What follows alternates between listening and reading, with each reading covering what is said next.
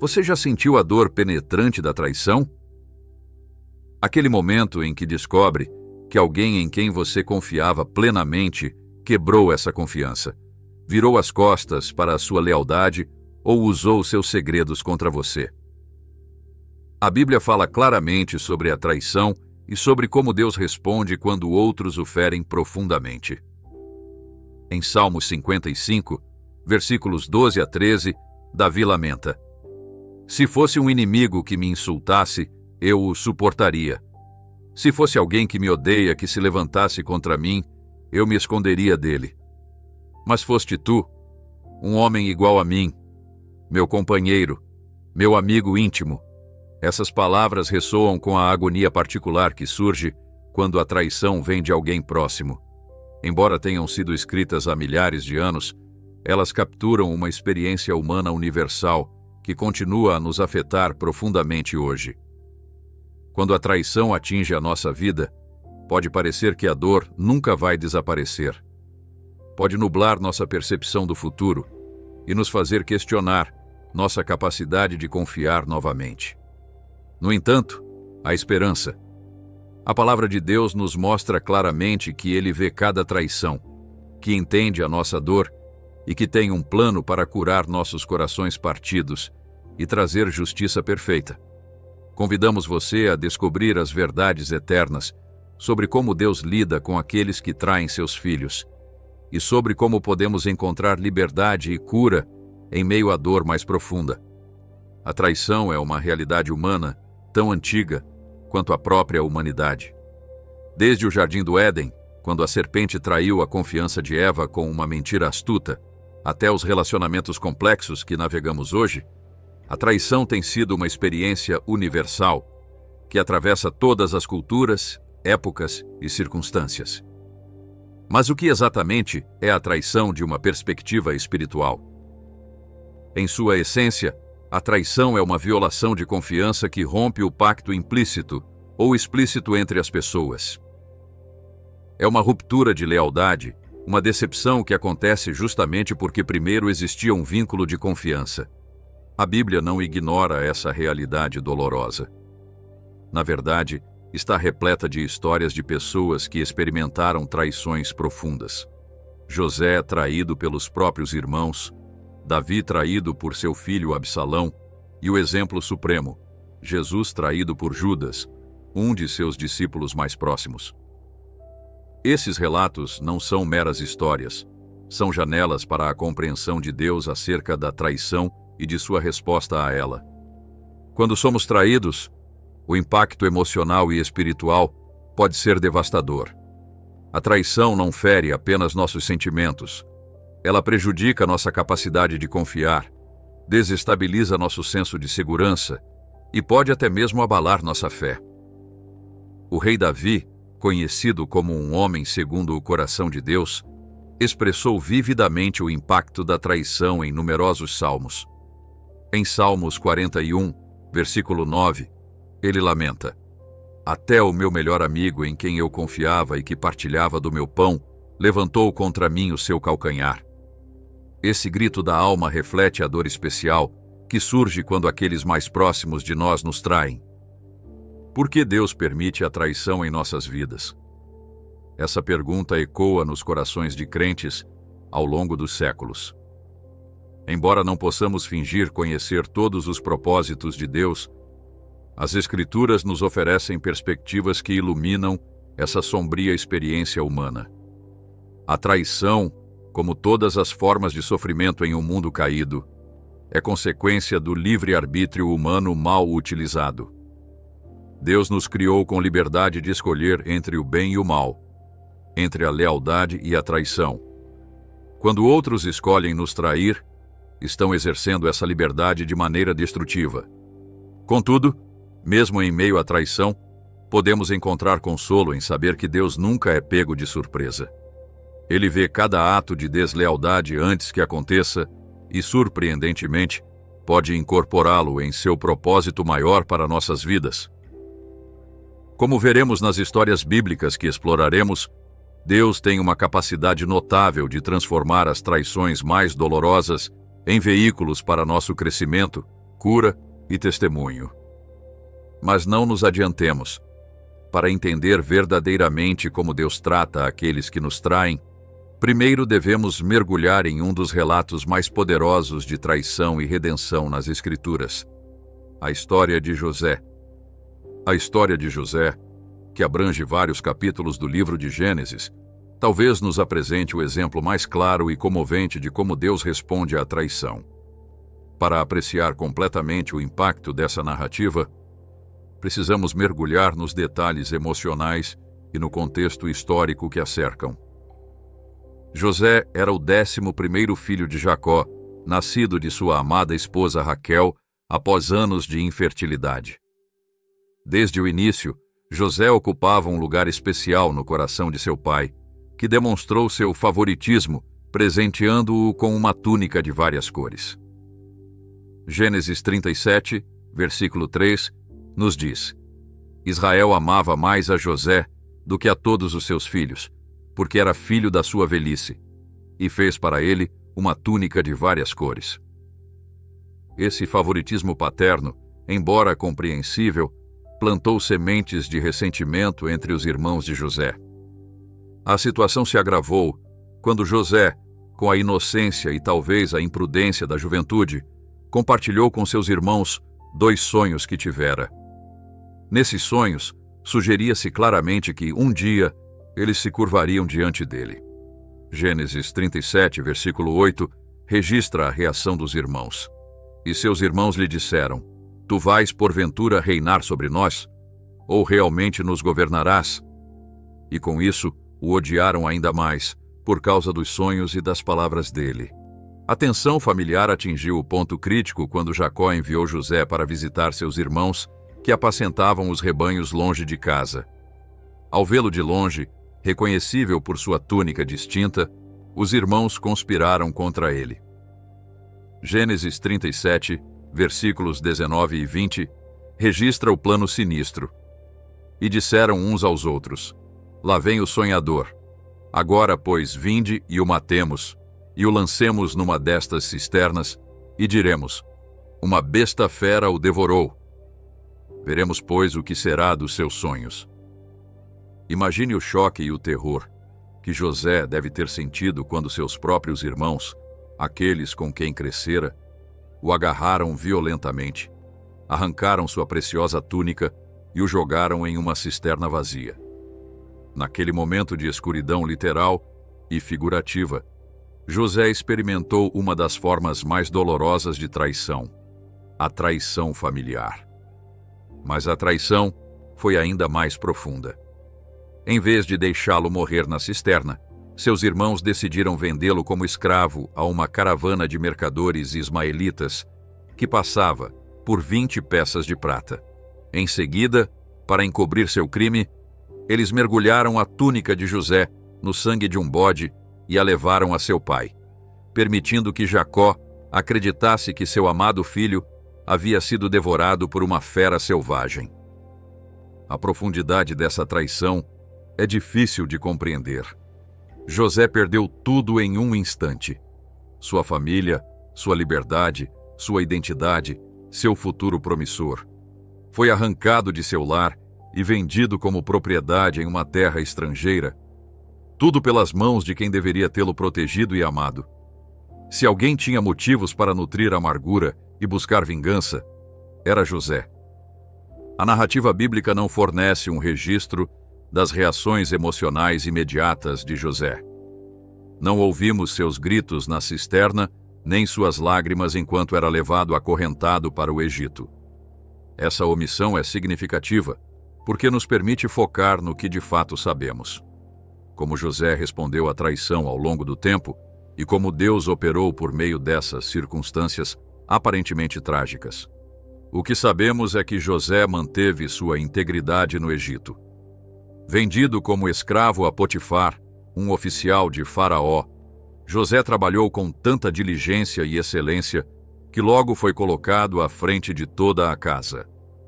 Gênesis 39, versículo 3 e 4, nos diz: Vendo Potifar que o Senhor era com ele, e que tudo o que ele fazia o Senhor prosperava em suas mãos, José alcançou favor aos olhos dele e o servia.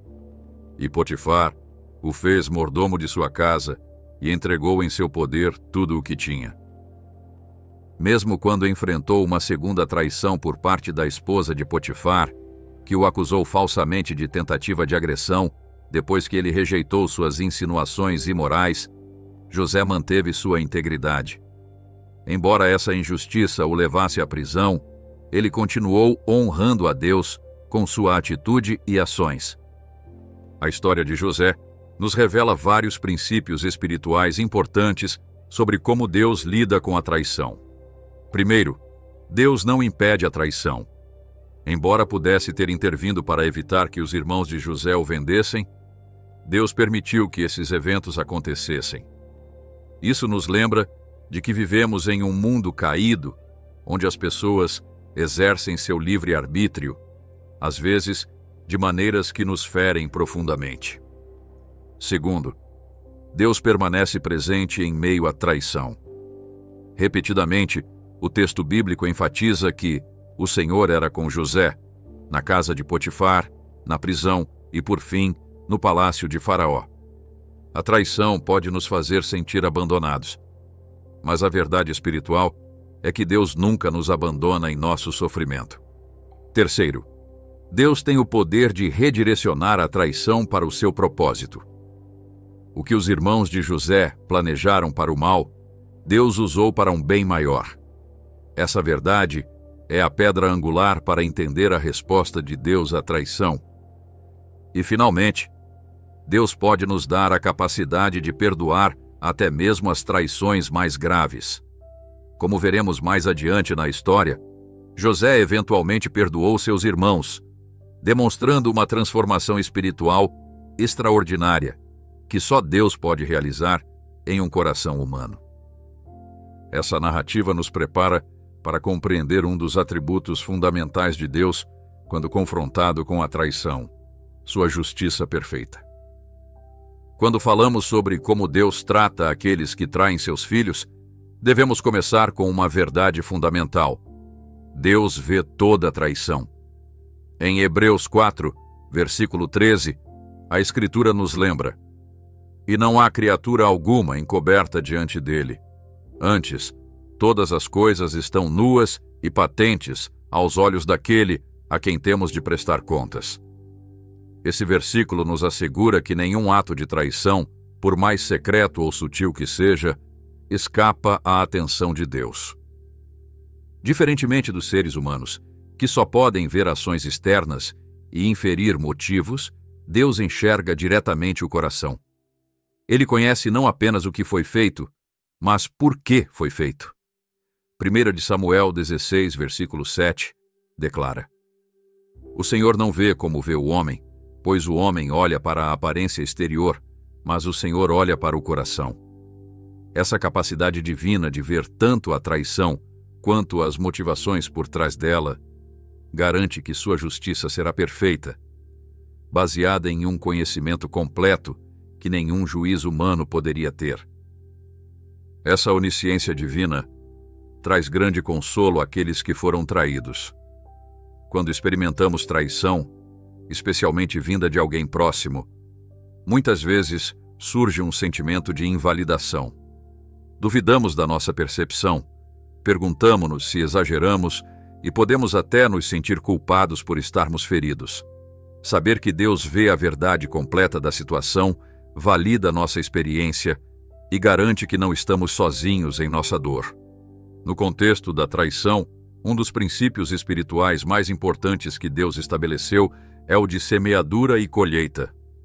Gálatas 6, versículos 7 e 8, expressa isso claramente.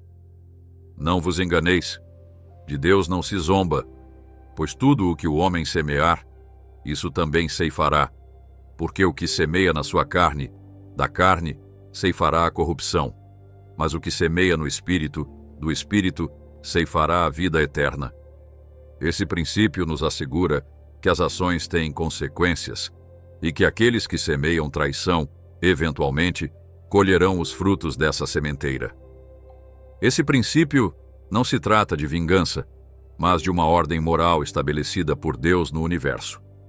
Assim como as leis físicas, como a gravidade, operam de forma constante, também o fazem as leis espirituais, como a da semeadura e colheita. A justiça de Deus não é arbitrária nem caprichosa. É o funcionamento natural dos princípios que ele estabeleceu. A Bíblia está repleta de exemplos de como a justiça divina se manifesta em casos de traição. Considere alguns. Quando Absalão traiu seu pai, o rei Davi, usurpando-lhe o trono e buscando matá-lo, enfrentou consequências trágicas. Apesar do desejo de Davi de mostrar misericórdia, Absalão morreu quando seu cabelo, um símbolo de seu orgulho, se prendeu nos galhos de uma árvore, enquanto ele fugia da batalha, deixando-o vulnerável diante de seus inimigos.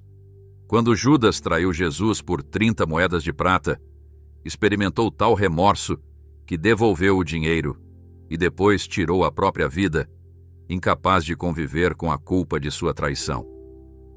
Quando Ananias e Safira traíram a confiança da igreja primitiva, mentindo sobre suas doações, enfrentaram um juízo imediato e severo, caindo mortos depois que seu engano foi exposto.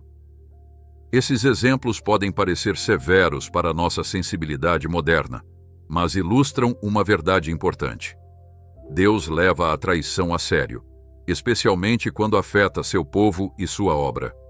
No entanto, é fundamental entender que Deus nem sempre aplica justiça de forma imediata ou visível. Frequentemente, os traidores parecem prosperar por um tempo, o que pode causar confusão e frustração àqueles que foram feridos. O salmista expressou essa frustração em Salmo 73, versículos 3 e 4. Pois tive inveja dos soberbos ao ver a prosperidade dos ímpios. Eles não têm pesares até a sua morte, o seu corpo é sadio e forte. Essa aparente injustiça nos conduz a uma verdade importante. A justiça de Deus opera em seu tempo perfeito, não no nosso. Como declara Pedro em 2 de Pedro 3, versículo 9. O Senhor não retarda a sua promessa, ainda que alguns a tenham por tardia, mas é longânimo para convosco, não querendo que alguns se percam, senão que todos venham a arrepender-se. O aparente atraso na justiça muitas vezes reflete a paciência de Deus, dando tempo para o arrependimento e a restauração. Enquanto isso, Deus nos dá uma instrução clara sobre como responder à traição. Não devemos fazer justiça com as próprias mãos. Romanos 12, versículo 19, nos adverte: Não vos vingueis a vós mesmos, amados, mas dai lugar à ira de Deus. Pois está escrito: Minha é a vingança, eu retribuirei, diz o Senhor. Essa proibição contra a vingança pessoal não é uma restrição arbitrária, é uma proteção misericordiosa. Quando tentamos administrar justiça por conta própria, inevitavelmente fazemos isso a partir de uma posição de informação incompleta, emoções feridas e compreensão limitada. Nossa versão de justiça raramente é verdadeiramente justa. Com mais frequência, é uma forma de revanchismo que perpetua ciclos de dano. Além disso, ao buscar vingança, corremos o risco de ser consumidos pela amargura, permitindo que a traição continue a nos ferir muito depois do evento inicial. Em contraste, quando entregamos a justiça a Deus, reconhecemos várias verdades importantes: que Ele vê completamente a situação, que Ele ama tanto a vítima quanto o transgressor, que Ele tem o poder de trazer verdadeira restauração e que seu tempo é perfeito. É importante notar que entregar a justiça a Deus não significa ignorar ou minimizar a traição. Não significa que devemos permanecer em situações abusivas ou nos recusar a estabelecer limites saudáveis. De fato, às vezes a justiça de Deus opera por meio de consequências naturais, sistemas legais e processos eclesiásticos projetados para proteger os vulneráveis e manter a ordem. A história de José ilustra lindamente como funciona a justiça divina. Quando José finalmente se encontrou frente a frente com os irmãos que o haviam traído, Ele estava em uma posição de poder absoluto sobre eles. Como governador do Egito, segundo apenas para o faraó, José tinha autoridade para puni-lo severamente por seus crimes passados. No entanto, ele escolheu um caminho diferente. Depois de testar o caráter de seus irmãos para ver se eles haviam mudado, José se revelou a eles em uma das cenas mais comoventes das Escrituras. Em vez de buscar vingança, ele os tranquilizou. Agora, pois, não fiquem tristes, nem se aflijam por terem me vendido para cá, pois foi para a preservação da vida que Deus me enviou adiante de vocês. Gênesis 45, versículo 5. Essa resposta extraordinária não nega a gravidade da traição. José não alega que o que eles fizeram foi certo ou que não o feriu. Em vez disso, ele reconhece que, embora eles tenham tido más intenções, Deus usou aquela traição para um propósito maior: salvar vidas durante uma fome devastadora.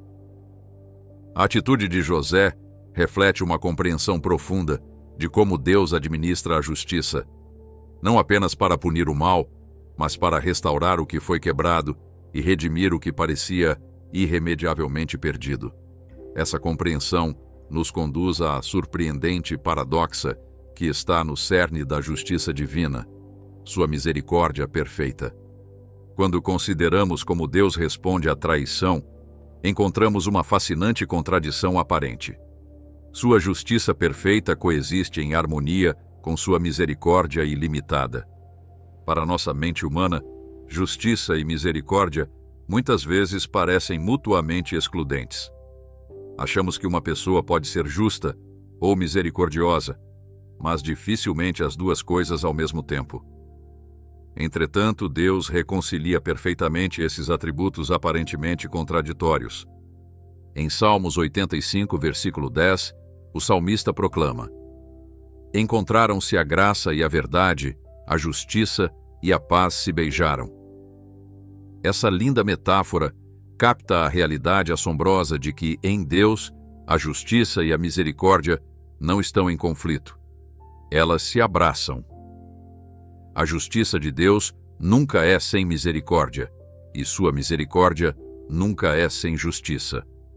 Como essa aparente contradição se manifesta em casos de traição? Vemos um padrão consistente ao longo das Escrituras. Deus oferece misericórdia e oportunidade de arrependimento antes de executar juízo. Mesmo em situações de traição grave, Deus geralmente concede tempo e ocasião para que o traidor reconheça seu erro e busque reconciliação.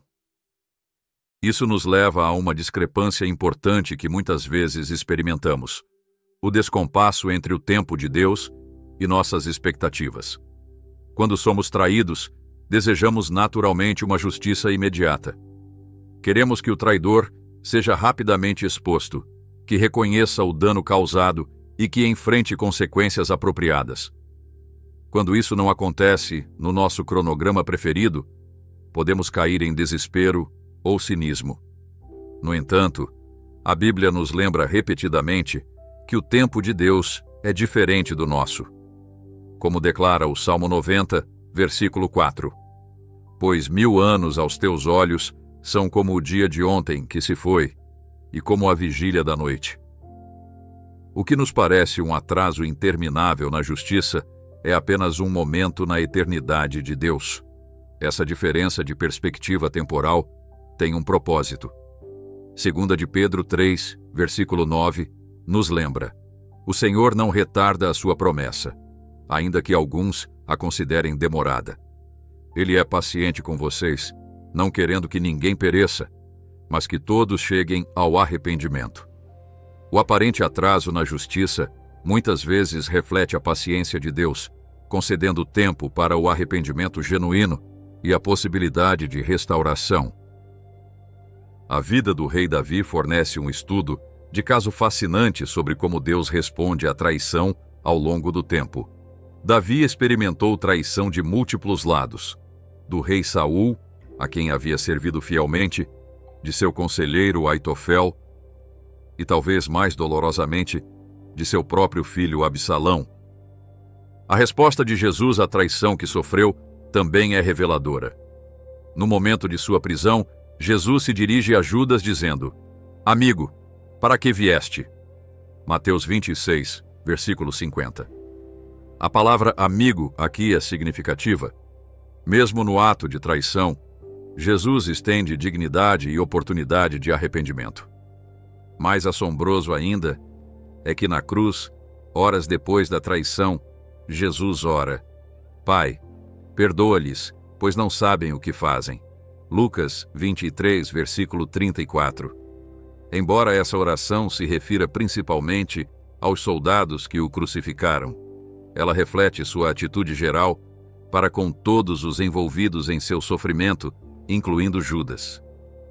Essa resposta de Cristo à traição nos fornece o exemplo supremo de como Deus responde quando seus filhos são traídos. Sua resposta não minimiza a gravidade do ato. Na verdade, o próprio Jesus havia dito: melhor lhe fora não haver nascido esse homem. Marcos 14, versículo 21. No entanto, sua resposta mostra que até mesmo a mais severa traição é uma oportunidade para demonstrar amor redentor. A história de Judas também nos ensina algo profundo sobre as consequências da traição. Mateus 27, versículos 3 a 5, registra o que aconteceu depois.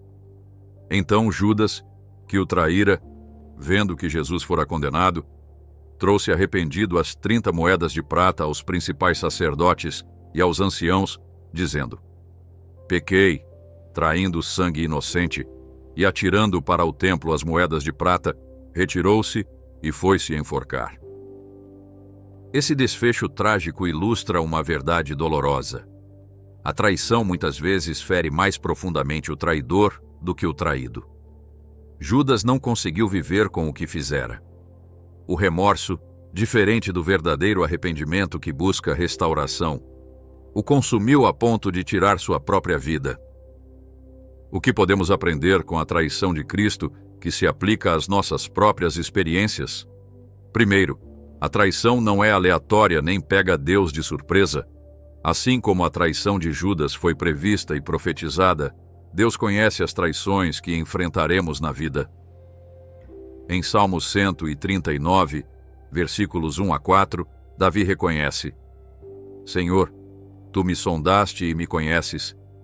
Esquadrinhaste o meu andar e o meu deitar. Conheces todos os meus caminhos. Sem que haja uma palavra na minha língua, eis que, ó Senhor, tudo conheces. Esse conhecimento divino não impede a traição, mas nos garante que nunca enfrentamos seus efeitos sozinhos ou fora do conhecimento e cuidado de Deus. Segundo, Deus pode usar até mesmo a pior traição para cumprir seus propósitos. A traição de Judas, embora dolorosa e injusta, foi o catalisador para os eventos que levaram à crucificação e, em última análise, à ressurreição, o maior ato redentor da história. Da mesma forma, Deus pode pegar as traições que sofremos e transformá-las em veículos para nosso crescimento, testemunho e triunfo espiritual final. Terceiro, nossa resposta à traição pode ser nossa ferramenta de testemunho mais poderosa. A maneira como Jesus respondeu à traição, com dignidade, amor e misericórdia, revela de forma mais clara o seu caráter divino do que quase qualquer outra ação. Quando respondemos à traição com graça e perdão, refletimos sua imagem de maneira poderosa e inegável. Em Romanos 8, versículos 31 a 37, Paulo nos lembra que nada, nem mesmo a mais dolorosa traição, pode nos separar do amor de Deus.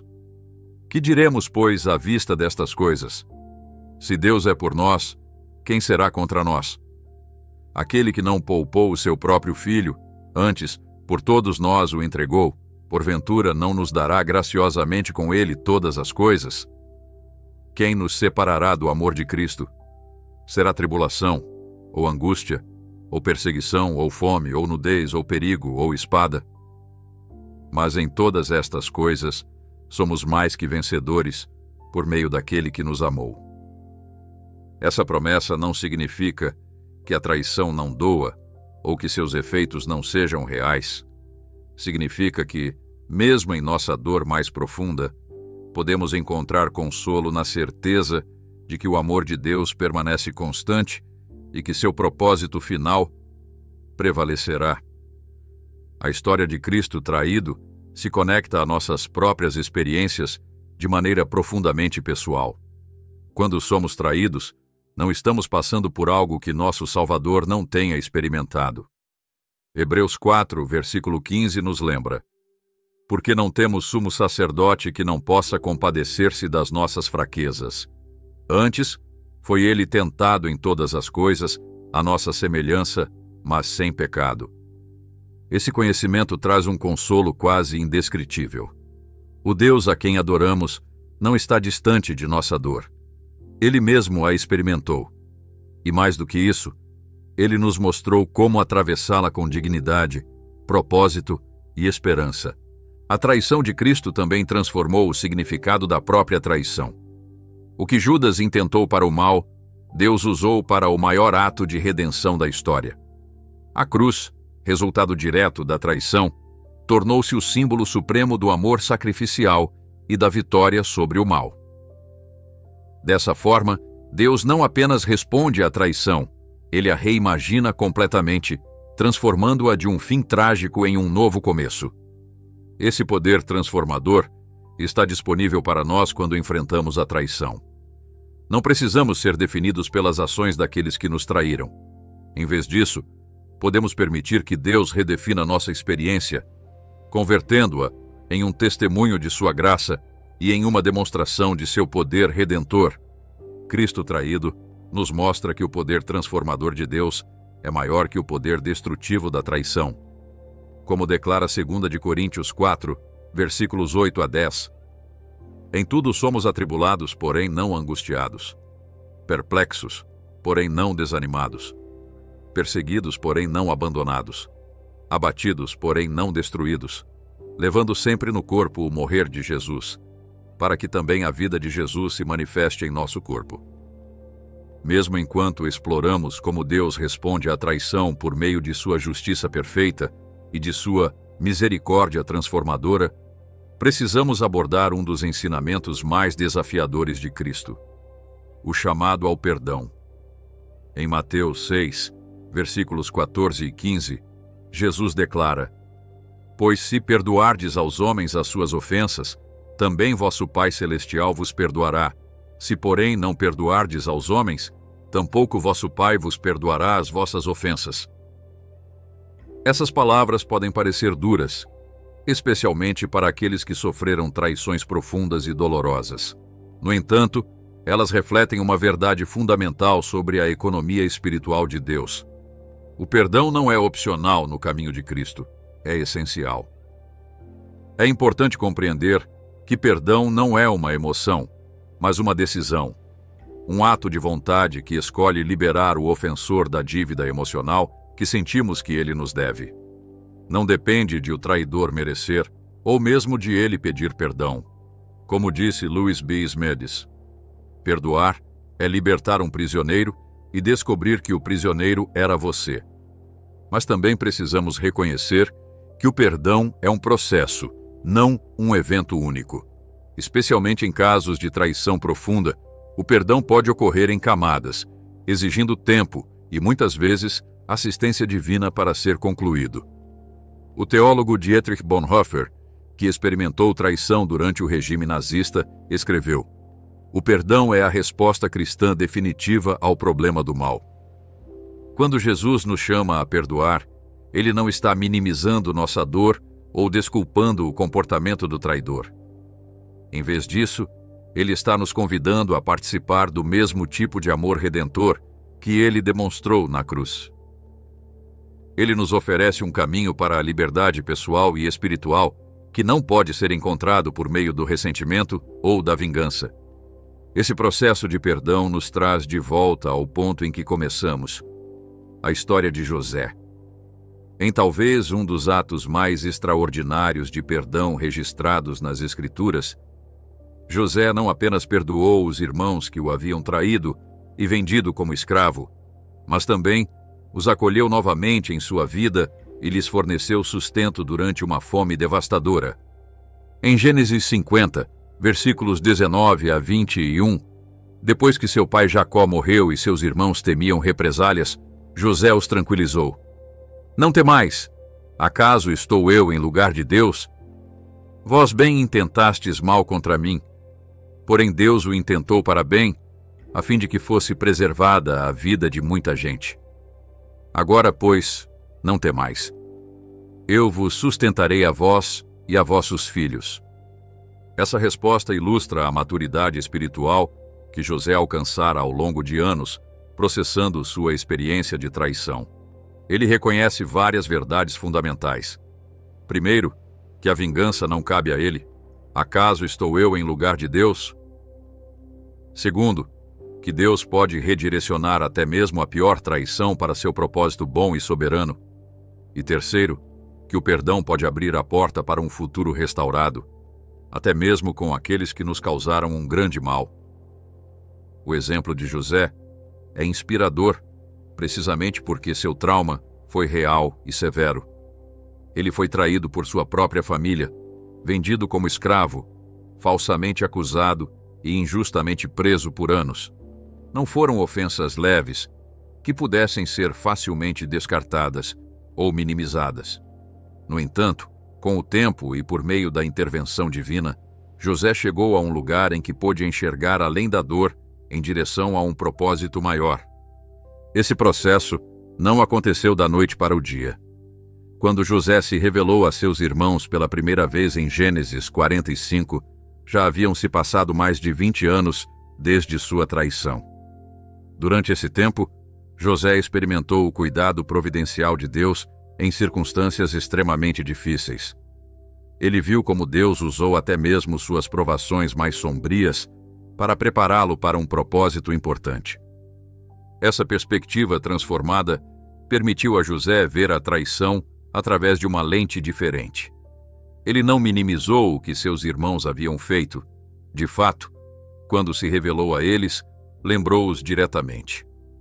Eu sou José, vosso irmão, a quem vendestes para o Egito. Gênesis 45, versículo 4.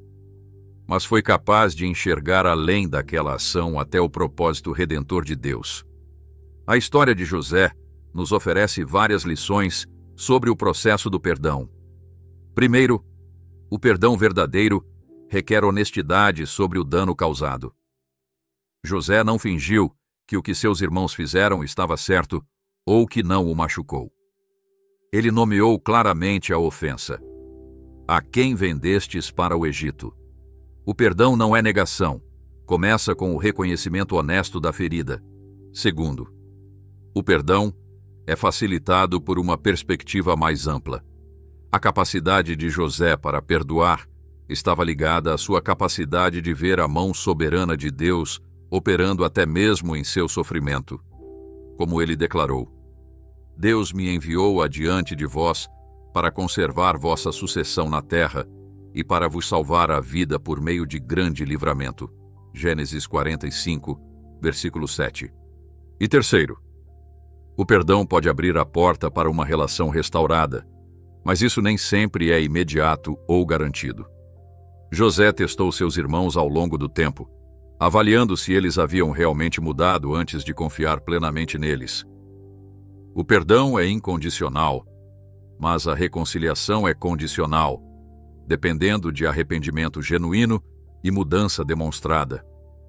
Ao refletir sobre essas histórias, a de José, de Davi, de Jesus e de outros que enfrentaram traição, emerge um padrão claro. Deus não promete impedir que experimentemos traição nesta vida caída, mas promete estar conosco por meio dela, administrar justiça perfeita em seu tempo e nos capacitar a responder de maneiras que reflitam seu caráter. A traição, embora intensamente dolorosa, nunca é a palavra final em nossa história quando a confiamos a Deus. O que os traidores pretendem para o mal, Deus pode redirecionar para o bem. O que parece uma derrota esmagadora pode se tornar, com o tempo, um testemunho poderoso do poder redentor e restaurador de Deus. Essa verdade não minimiza a nossa dor, nem justifica as ações de quem nos feriu, mas nos oferece um caminho adiante, um caminho marcado não por amargura perpétua, mas por cura progressiva, não por vingança, mas por vitória em Cristo. Como Paulo escreveu em Romanos 12, versículo 21, não te deixes vencer do mal, mas vence o mal com o bem. Esse é o convite estendido a todos os que já experimentaram a traição. Permitir que Deus use até mesmo essa experiência dolorosa para demonstrar seu poder transformador e revelar sua glória redentora. E assim, concluímos a primeira parte de nossa jornada para entender como Deus trata aqueles que nos traem. Exploramos a realidade universal da traição, examinamos a história transformadora de José, consideramos a justiça perfeita de Deus, refletimos sobre sua misericórdia paradoxal, contemplamos o exemplo supremo de Cristo traído e começamos a compreender o desafiador, mas libertador caminho do perdão. Na segunda parte, aprofundaremos o processo prático do perdão, exploraremos os benefícios pessoais de soltar a traição, examinaremos como Deus transforma nossa dor em propósito, consideraremos a história de Pedro como um estudo de caso em restauração e concluiremos com passos concretos para processar biblicamente a traição em nossas próprias vidas. A reação de Davi à traição de Saul é particularmente instrutiva. Embora Saul repetidamente tentasse matar Davi, motivado por ciúme e paranoia, Davi recusou-se consistentemente a se vingar, mesmo quando teve oportunidades perfeitas para fazê-lo. Em 1 Samuel 24, quando Davi teve a oportunidade de matar Saul em uma caverna, ele apenas cortou um pedaço do manto dele. Depois, disse a seus homens: "O Senhor me guarde de fazer tal coisa ao meu senhor, o ungido do Senhor, porque é o ungido do Senhor." Versículo 6.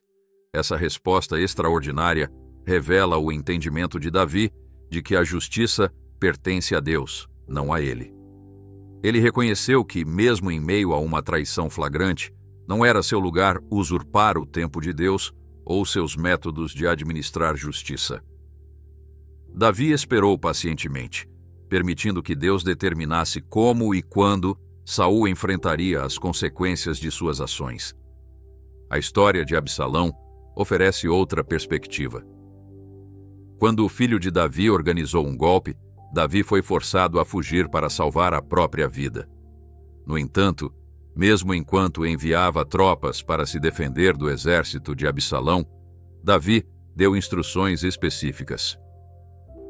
"Tratai o jovem Absalão com brandura por amor de mim." 2 de Samuel 18, versículo 5. Esse pedido revela o coração de um pai que, mesmo em meio a uma traição brutal, desejava misericórdia para o traidor. Quando Absalão morreu apesar dessas instruções, a resposta de Davi foi de profunda dor, não de satisfação vingativa. 2 de Samuel 18, versículo 33, registra seu lamento. "Meu filho Absalão, meu filho Absalão, quem me dera que eu morrera por ti, Absalão, meu filho, meu filho." Esse lamento tocante não reflete o prazer de uma vingança realizada, mas um amor paternal que transcende até a mais profunda traição. A paciência de Deus em administrar justiça nos ensina várias lições importantes. Primeiro, a justiça adiada não é justiça negada. Deus vê toda traição e responderá a ela em seu tempo perfeito. Como declara Gálatas 6, versículo 7. "Não vos enganeis, de Deus não se zomba, pois aquilo que o homem semear, isso também ceifará." Segundo, o tempo entre a traição e a justiça é uma oportunidade para arrependimento. Deus, em sua misericórdia, muitas vezes adia o juízo para dar ao traidor a chance de reconhecer seu erro e buscar perdão. Como nos lembra Ezequiel 18, versículo 23, "Teria eu algum prazer na morte do ímpio? Diz o Senhor Deus. Não desejo antes que ele se converta dos seus caminhos e viva." Terceiro, Esse período também é uma oportunidade para nosso crescimento espiritual. Enquanto esperamos a justiça de Deus, somos desafiados a cultivar paciência, perdão e confiança em sua soberania. Esse processo de refinamento desenvolve em nós um caráter mais semelhante ao de Cristo. E, finalmente, o aparente atraso na justiça nos lembra de que a história ainda não terminou. Como crentes, temos a segurança de que haverá um dia final de acerto de contas, quando toda injustiça será tratada e toda traição será exposta. Eclesiastes 12, versículo 14, promete: porque Deus há de trazer a juízo todas as obras, até as que estão escondidas, quer sejam boas, quer sejam más. Essa perspectiva eterna não minimiza nossa dor presente, mas nos fornece uma estrutura para entendê-la. Lembra-nos de que vivemos no meio de uma história que ainda não se concluiu e que o capítulo final revelará a justiça perfeita e a misericórdia ilimitada de Deus. A justiça de Deus para com os que traem é multifacetada. Inclui consequências naturais, disciplina corretiva, oportunidades para arrependimento e, em última análise, juízo perfeito. Diferentemente de nossa justiça humana, que geralmente visa apenas punir, a justiça divina busca restaurar o que foi quebrado e redimir o que foi perdido. Essa compreensão mais ampla da justiça divina nos prepara para contemplar o exemplo supremo de traição e redenção na história. A traição que Cristo experimentou e sua resposta transformadora a ela. Até agora, exploramos como Deus enxerga e responde à traição por meio de sua justiça perfeita e de sua misericórdia incomparável. Vimos como essas verdades se manifestam nas histórias de José e Davi. Mas, para compreender plenamente a perspectiva divina sobre a traição, devemos dirigir nossa atenção ao exemplo supremo, Jesus Cristo, que experimentou a traição em sua forma mais profunda e respondeu de maneira mais surpreendente. A traição de Jesus por Judas Iscariotes representa talvez o ato de deslealdade mais infame da história. Para apreciar a profundidade dessa traição, precisamos considerar o relacionamento que existia entre Jesus e Judas. Este não era um conhecido casual ou um seguidor distante. Era um dos 12 discípulos, parte do círculo íntimo de Jesus. Por 3 anos, Judas caminhou com Jesus, ouviu seus ensinamentos, presenciou seus milagres e compartilhou momentos de intimidade que poucos experimentaram. Era tão confiável que lhe foi dada a responsabilidade de administrar as finanças do grupo apostólico. Externamente, parecia tão leal quanto qualquer um dos outros discípulos. Mesmo na última ceia, quando Jesus predisse sua traição, os outros discípulos não apontaram imediatamente para Judas, o que sugere que sua deslealdade não era óbvia para seus companheiros. No entanto, João 12, versículo 6, nos dá uma pista sobre a condição do coração de Judas, indicando que ele era ladrão e, tendo a bolsa, tirava o que ali se lançava. Essa revelação sugere que a traição final de Judas não foi um ato impulsivo, mas a culminação de uma série de pequenas traições que vinham ocorrendo em seu coração havia algum tempo. A traição se consumou no jardim do Getsêmani, onde Judas conduziu um grupo armado para prender Jesus. O método de identificação escolhido por Judas adiciona uma camada especial de crueldade à traição. Um beijo, um sinal tradicional de respeito e afeto, pervertido para se tornar a senha de entrega. Mateus 26, versículos 48 e 49, registra: ora, aquele que o traía lhes tinha dado um sinal, dizendo: aquele a quem eu beijar, esse é, prendei-o. E logo, aproximando-se de Jesus, disse: salve, mestre, e o beijou. O que torna essa narrativa particularmente impactante é que Jesus sabia exatamente o que iria acontecer. João 13, versículo 11, nos diz que ele sabia quem o estava traindo.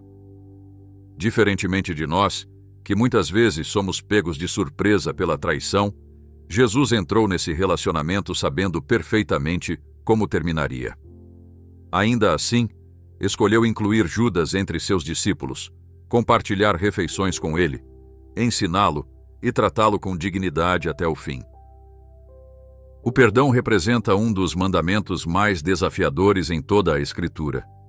Em Mateus 6, versículos 14 e 15, Jesus estabelece uma conexão direta entre nossa disposição de perdoar e nossa própria experiência do perdão divino. Porque, se perdoardes aos homens as suas ofensas, também vosso Pai Celestial vos perdoará. Se, porém, não perdoardes aos homens as suas ofensas, também vosso Pai não vos perdoará as vossas ofensas. Essas palavras podem parecer severas, especialmente para aqueles que experimentaram traições profundas e dilacerantes. Contudo, esse mandamento não foi concebido como um peso extra sobre os feridos, mas como um caminho para a liberdade. O perdão, conforme Deus planejou, não é, em primeiro lugar, para benefício do ofensor, mas para a libertação da pessoa ofendida.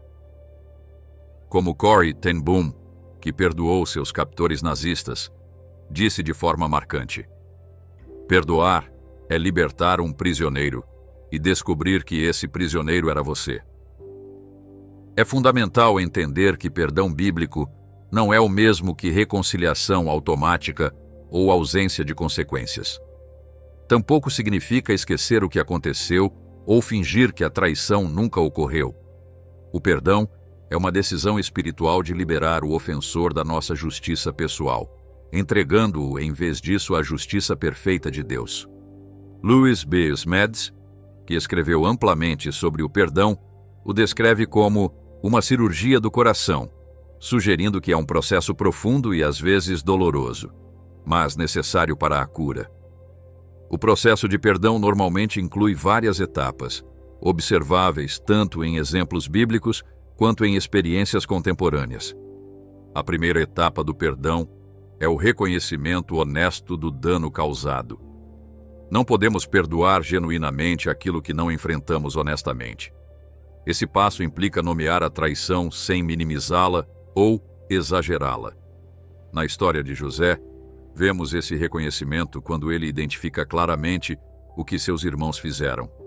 Eu sou José, vosso irmão, a quem vendestes para o Egito. Gênesis 45, versículo 4. José não fingiu que a traição não aconteceu ou que não foi dolorosa. Ele a nomeou diretamente. De maneira semelhante, Davi expressou abertamente sua dor quando foi traído. Em Salmos 55, versículos 12 ao 14, ele lamenta: pois não era um inimigo que me afrontava, então eu o suportaria. Mas eras tu, homem meu igual, meu guia e meu íntimo amigo. Juntos andávamos, juntos nos dávamos bem e íamos com a multidão à casa de Deus. Esse reconhecimento honesto da dor não contraria o perdão. É um passo necessário em direção a ele. A segunda etapa do perdão implica renunciar ao direito de vingança. Romanos 12, versículo 19, instrui: não vos vingueis a vós mesmos, amados, mas dai lugar à ira, pois está escrito: minha é a vingança. Eu retribuirei, diz o Senhor. Esse passo envolve uma entrega consciente do ofensor e da ofensa a Deus, reconhecendo que ele administrará a justiça perfeita em seu tempo perfeito. Essa renúncia não é passiva ou resignada. É um ato poderoso de fé que declara: Deus, confio que tua justiça é mais perfeita do que qualquer vingança que eu pudesse exercer. Libero essa pessoa ao teu juízo soberano. Billy Graham frequentemente aconselhava as pessoas feridas a expressarem essa decisão em oração específica, entregando conscientemente a situação a Deus. A terceira etapa do perdão envolve começar a ver além da ofensa em direção a um propósito maior. Isso não significa que a traição seja boa ou justificada, mas reconhece que Deus pode redimi-la para seu propósito maior. José exemplificou isso ao dizer a seus irmãos: Vocês planejaram o mal contra mim, mas Deus o tornou em bem, para fazer o que hoje se vê, que é conservar muita gente com vida. Gênesis 50, versículo 20. Essa perspectiva transformada permite que o perdão deixe de ser uma obrigação difícil para se tornar uma expressão de confiança na soberania de Deus. Passamos a enxergar que, embora a traição não fizesse parte do plano de Deus, Ele pode incorporá-la em seu propósito redentor para nossas vidas. A quarta etapa do perdão inclui a disposição de estender misericórdia ao ofensor, assim como Deus estendeu misericórdia a nós. Na parábola do servo impiedoso, Mateus 18, versículos 21 a 35. Jesus ilustra poderosamente como nossa disposição de perdoar os outros deve fluir de nossa experiência de sermos perdoados por Deus. Essa disposição não depende de o ofensor merecer perdão. Por definição, perdão é imerecido. Tampouco exige que o ofensor solicite perdão para que o ofereçamos. Como Jesus demonstrou na cruz ao orar: Pai, perdoa-lhes, pois não sabem o que fazem. Lucas 23, versículo 34. O perdão pode ser estendido até mesmo àqueles que não reconhecem seu erro. É importante distinguir entre perdão e reconciliação. O perdão é uma decisão unilateral que podemos tomar independentemente das ações do ofensor. A reconciliação, por outro lado, é um processo bilateral que requer arrependimento genuíno por parte do ofensor e disposição para voltar a confiar por parte do ofendido. Em 2 de Coríntios 2, versículos 7 e 8, Paulo escreve sobre alguém que havia prejudicado a comunidade, mas se arrependera. De modo que, ao contrário, deveis antes perdoar-lhe e consolá-lo, para que não seja consumido por excessiva tristeza. Pelo que vos rogo, que confirmeis para com ele o vosso amor. Essa passagem ilustra que, quando há arrependimento genuíno, a restauração do relacionamento se torna possível. Entretanto, nem todos os relacionamentos podem ou devem ser restaurados, especialmente quando há padrões de abuso ou quando o ofensor não demonstra arrependimento genuíno. O perdão não exige que nos coloquemos em situações de dano contínuo. Como Billy Graham costumava enfatizar, podemos perdoar alguém sem voltar a confiar nessa pessoa até que ela se prove digna de confiança. A quinta e última etapa do perdão envolve experimentar a liberdade emocional e espiritual que surge quando o perdão é completado. Nessa etapa, a traição já não domina nossos pensamentos ou emoções. Não significa que tenhamos esquecido o que aconteceu, mas que isso já não tem poder sobre nós. Como Paulo escreve em Filipenses 3, versículo 13, nos encontramos esquecendo-me das coisas que atrás ficam e avançando para as que diante de mim estão. Esse processo de perdão raramente é linear e pode exigir tempo, sobretudo quando a traição foi profunda. Não devemos nos sentir condenados se descobrirmos que precisamos trabalhar repetidamente essas etapas. O perdão é tanto um evento, uma decisão específica que tomamos, quanto um processo contínuo de liberar o ofensor toda vez que a dor ressurge. Como Jesus indicou ao dizer a Pedro que ele deveria perdoar 70 vezes 7, Mateus 18, versículo 22, o perdão pode exigir uma decisão renovada muitas vezes. Isso é especialmente verdadeiro em traições profundas, onde as camadas de impacto podem se revelar com o tempo. No entanto, a cada ato de perdão, experimentamos mais plenamente a liberdade que Cristo pretendia para nós quando ordenou que perdoássemos. Como Billy Graham costumava dizer, o perdão não muda o passado, mas amplia o futuro. Uma vez que entendemos o processo de perdão, é importante considerar os profundos benefícios pessoais que surgem quando escolhemos soltar a traição e abraçar o perdão. Esses benefícios não são simplesmente emocionais ou psicológicos, embora certamente os incluam. São fundamentalmente espirituais afetando nosso relacionamento com Deus, com os outros e conosco mesmos. O primeiro e talvez mais significativo benefício do perdão é a liberdade emocional e espiritual.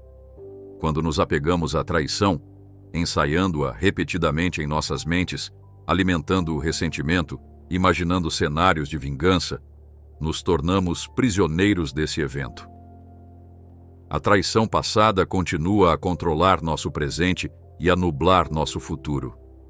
Billy Graham frequentemente compartilhava a história de uma mulher que o procurou depois de um culto, consumida pela amargura em relação ao ex-marido que a abandonara por outra mulher. "Ele destruiu a minha vida", ela disse, "e nunca o perdoarei." Graham respondeu gentilmente: "Então ele ainda controla a sua vida.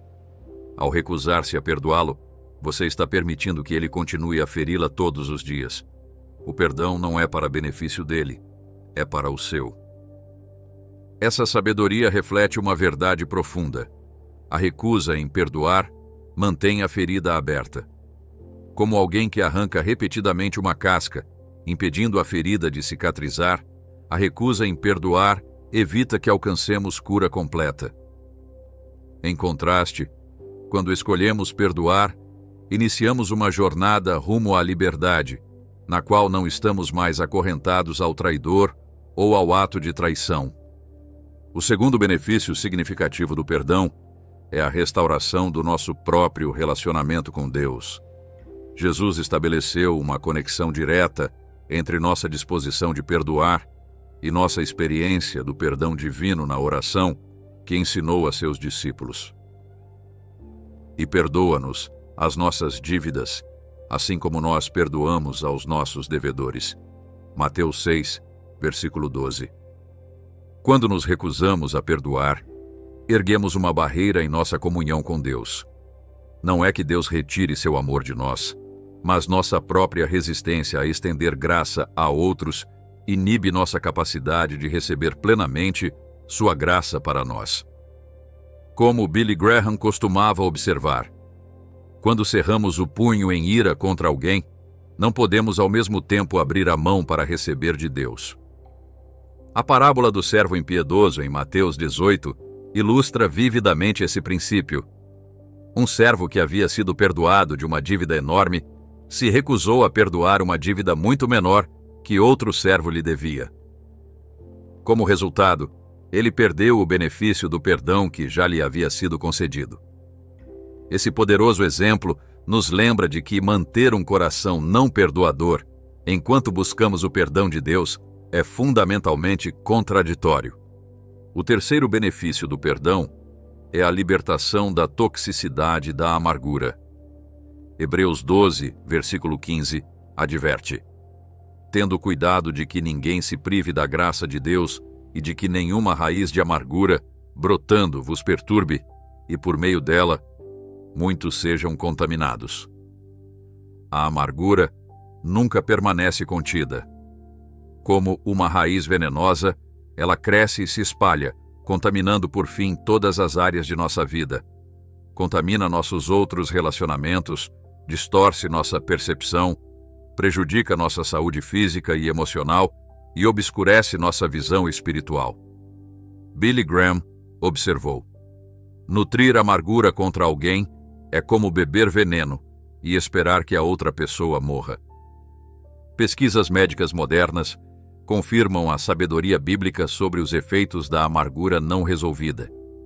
Estudos relacionam o ressentimento crônico a um sistema imunológico comprometido, pressão arterial elevada, maior vulnerabilidade à dependência e vários distúrbios relacionados ao estresse. O perdão, por outro lado, está associado a melhorias mensuráveis na saúde física e emocional. O quarto benefício do perdão é a restauração da nossa capacidade de confiar adequadamente. Talvez paradoxalmente, recusar-nos a processar e perdoar uma traição passada muitas vezes nos torna mais vulneráveis a futuras traições. Quando permanecemos emocionalmente presos à traição passada, tendemos a cair em um de dois extremos: confiança indiscriminada, negando a dor passada, ou desconfiança crônica, generalizando uma experiência para todos os relacionamentos. O perdão genuíno nos permite processar a traição de maneira realista, aprender com ela sem ficar definidos por ela. Capacita-nos a estabelecer limites saudáveis enquanto permanecemos abertos a relacionamentos autênticos. Como Billy Graham sabiamente aconselhava, perdoar não significa confiar cegamente em alguém que se mostrou indigno de confiança. Significa libertar o controle que essa pessoa tem sobre você, enquanto você exerce sabedoria sobre o futuro. O quinto benefício do perdão é a habilidade de retomar nosso propósito e chamado. A traição não processada tem um poder singular de nos desviar do caminho que Deus planejou para nós. Ela pode consumir nossa energia, distorcer nossas prioridades e roubar nossa paixão por nosso chamado. Quando estamos obcecados com o passado, não podemos abraçar plenamente o futuro que Deus tem para nós. O perdão nos restaura ao nosso propósito ao liberar a energia espiritual e emocional que estava amarrada ao evento de traição. Como José, que passou de escravo traído a líder que salvou nações, podemos descobrir que nosso ministério mais poderoso geralmente emerge justamente do lugar da nossa ferida mais profunda, mas apenas quando essa ferida foi curada por meio do perdão. O testemunho pessoal de Billy Graham sobre o poder do perdão é particularmente convincente. Ao longo de seu ministério, ele enfrentou traições de vários tipos: colaboradores próximos que o abandonaram, críticos que distorceram suas palavras, confianças que foram quebradas. Ainda assim, ele escolheu consistentemente o caminho do perdão, recusando-se a permitir que essas experiências o amargurassem ou o desviassem de seu chamado. Certa vez, um ex-associado publicou um livro com afirmações enganosas sobre o ministério de Graham. Quando perguntado sobre isso em uma entrevista, Graham respondeu: "Escolhi não ler o livro, perdoei o autor e orei por ele. A vida é muito curta e o chamado muito urgente para que eu me distraia com esses assuntos." Essa resposta exemplifica a liberdade que surge quando escolhemos perdoar, em vez de permitir que a traição nos defina. À medida que experimentamos esses benefícios do perdão, começamos a descobrir outra verdade assombrosa. Deus não apenas nos ajuda a superar a traição, Ele realmente transforma nossa dor em propósito. O que o inimigo planejou para nossa destruição, Deus o reprojeta para nosso desenvolvimento e para sua glória. Essa transformação da dor em propósito é um dos aspectos mais extraordinários e cheios de esperança da resposta de Deus à traição. Deus não desperdiça nosso sofrimento. Ele o redime, convertendo-o em uma plataforma para seu poder transformador e sua graça sustentadora. O exemplo de José continua sendo um dos mais poderosos nesse sentido. Quando finalmente se reuniu com seus irmãos, José disse: "Vocês intentaram o mal contra mim, mas Deus o tornou em bem para fazer o que hoje se vê, que é conservar muita gente com vida." Gênesis 50, versículo 20. Essa declaração revela a capacidade assombrosa de Deus de pegar até mesmo as traições mais dolorosas e redirecioná-las para seus propósitos redentores. É importante notar que José não disse: "O que vocês fizeram não foi tão ruim assim", ou "Agora entendo que o que vocês fizeram foi realmente bom." Ele não minimizou a traição, nem absolveu seus irmãos. Em vez disso, reconheceu que, apesar das intenções malignas deles, Deus tinha um propósito maior que podia incluir até mesmo aquela traição dolorosa. Essa verdade se reflete em Romanos 8, versículo 28. Sabemos que todas as coisas cooperam para o bem daqueles que amam a Deus, daqueles que são chamados segundo o seu propósito. Esse versículo não promete que todas as coisas sejam boas, mas que Deus pode agir por meio de todas as coisas para nosso bem final e para sua glória. A traição não é boa, mas Deus é suficientemente poderoso e sábio para redirecioná-la para propósitos bons. Como Deus transforma especificamente a dor da traição em propósito? Há vários padrões que emergem repetidamente nas Escrituras e nas experiências de crentes ao longo da história. Primeiro, Deus usa a traição para refinar nosso caráter. Como C.S. Lewis observou, Deus sussurra em nossos prazeres, fala em nossa consciência, mas grita em nossas dores. É o megafone dele para despertar um mundo surdo. A traição, mais do que quase qualquer outra experiência, tem o poder de expor áreas do nosso caráter que precisam de refinamento. Nossa tendência de confiar mais em pessoas do que em Deus, nosso orgulho, nosso desejo de controle. Pedro é um exemplo claro de como Deus usa experiências humilhantes para transformar o caráter. Depois de sua tripla negação de Cristo, uma forma de traição em seu relacionamento com Jesus, Pedro foi restaurado e transformado. Sua impulsividade e autoconfiança foram refinadas em força temperada e genuína humildade. A transformação foi tão completa que esse mesmo homem que negara Cristo por medo, depois se manteve firme diante de ameaças e, por fim, deu a vida pelo Evangelho. Segundo, Deus frequentemente usa a traição para redirecionar nosso caminho. José jamais teria chegado ao Egito, onde eventualmente salvaria nações inteiras de uma fome, se seus irmãos não o tivessem vendido como escravo. O que parecia um desvio desastroso de seu destino, revelou-se o caminho de Deus para levá-lo exatamente onde precisava estar. O ministério de Billy Graham fornece um exemplo moderno desse princípio. No início de seu ministério, Graham experimentou uma traição significativa de um colaborador próximo que desviou fundos. Essa experiência dolorosa levou Graham a estabelecer o que ficaria conhecido como o Pacto de Modesto, um conjunto de compromissos que ele e sua equipe assumiram sobre integridade financeira, honestidade e pureza moral. Esses compromissos, nascidos de uma experiência de traição, tornaram-se um alicerce que preservou a integridade de seu ministério por décadas. Terceiro, Deus transforma a traição em uma plataforma para testemunho. Nossas respostas à traição, especialmente quando escolhemos perdoar em vez de buscar vingança, são um poderoso testemunho para o mundo. Em um mundo caracterizado por ciclos de retaliação e vingança, o perdão se destaca como algo radicalmente contracultural, apontando para uma realidade espiritual além das reações humanas naturais. Corrie ten Boom, que sobreviveu aos campos de concentração nazistas, onde sua irmã morreu, forneceu um dos testemunhos mais impactantes do século XX ao perdoar publicamente um de seus antigos guardas. Esse ato de perdão, que ela reconheceu ser possível apenas pela graça de Deus, operando por meio dela, inspirou milhões e deu credibilidade ao seu testemunho sobre o poder transformador de Cristo.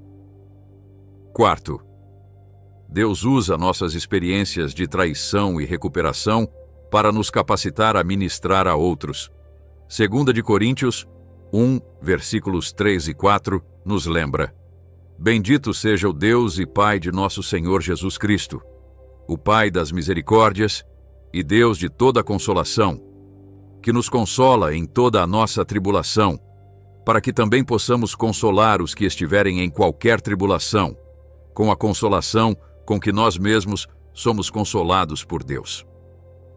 Esse princípio, que poderíamos chamar de consolo multiplicador, significa que nossas experiências mais dolorosas, quando curadas por Deus, se tornam fontes de cura para outros. Aqueles que enfrentaram a traição e encontraram o caminho para o perdão e a cura têm uma credibilidade única e uma compreensão empática que lhes permite guiar outros em experiências semelhantes.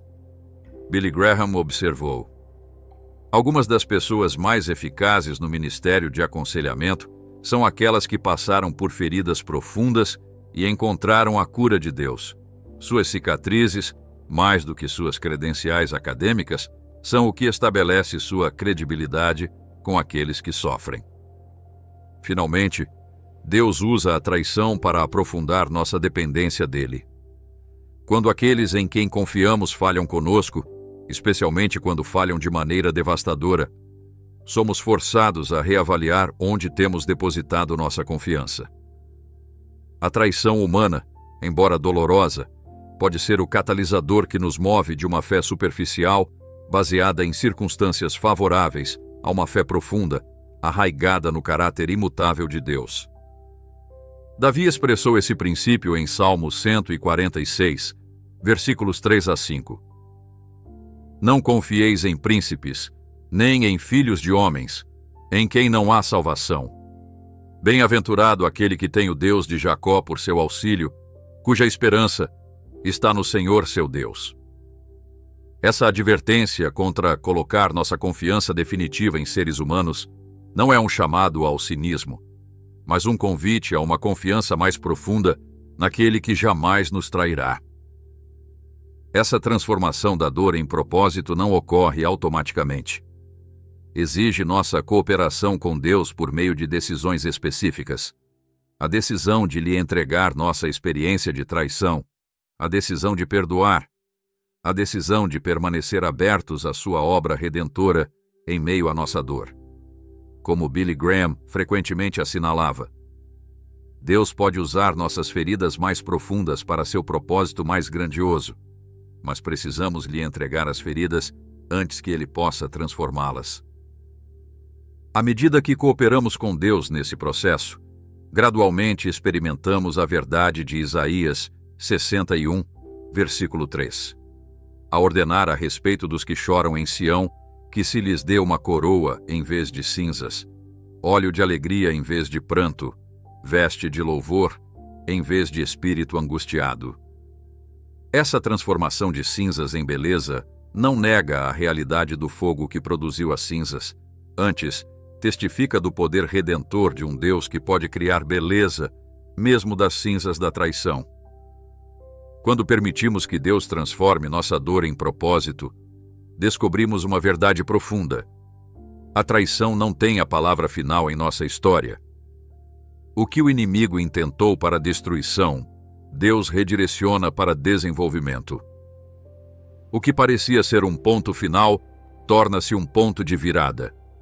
Aquilo que foi planejado para nossa queda, torna-se, nas mãos soberanas de Deus, um degrau para um propósito mais elevado e um testemunho mais poderoso de sua graça transformadora.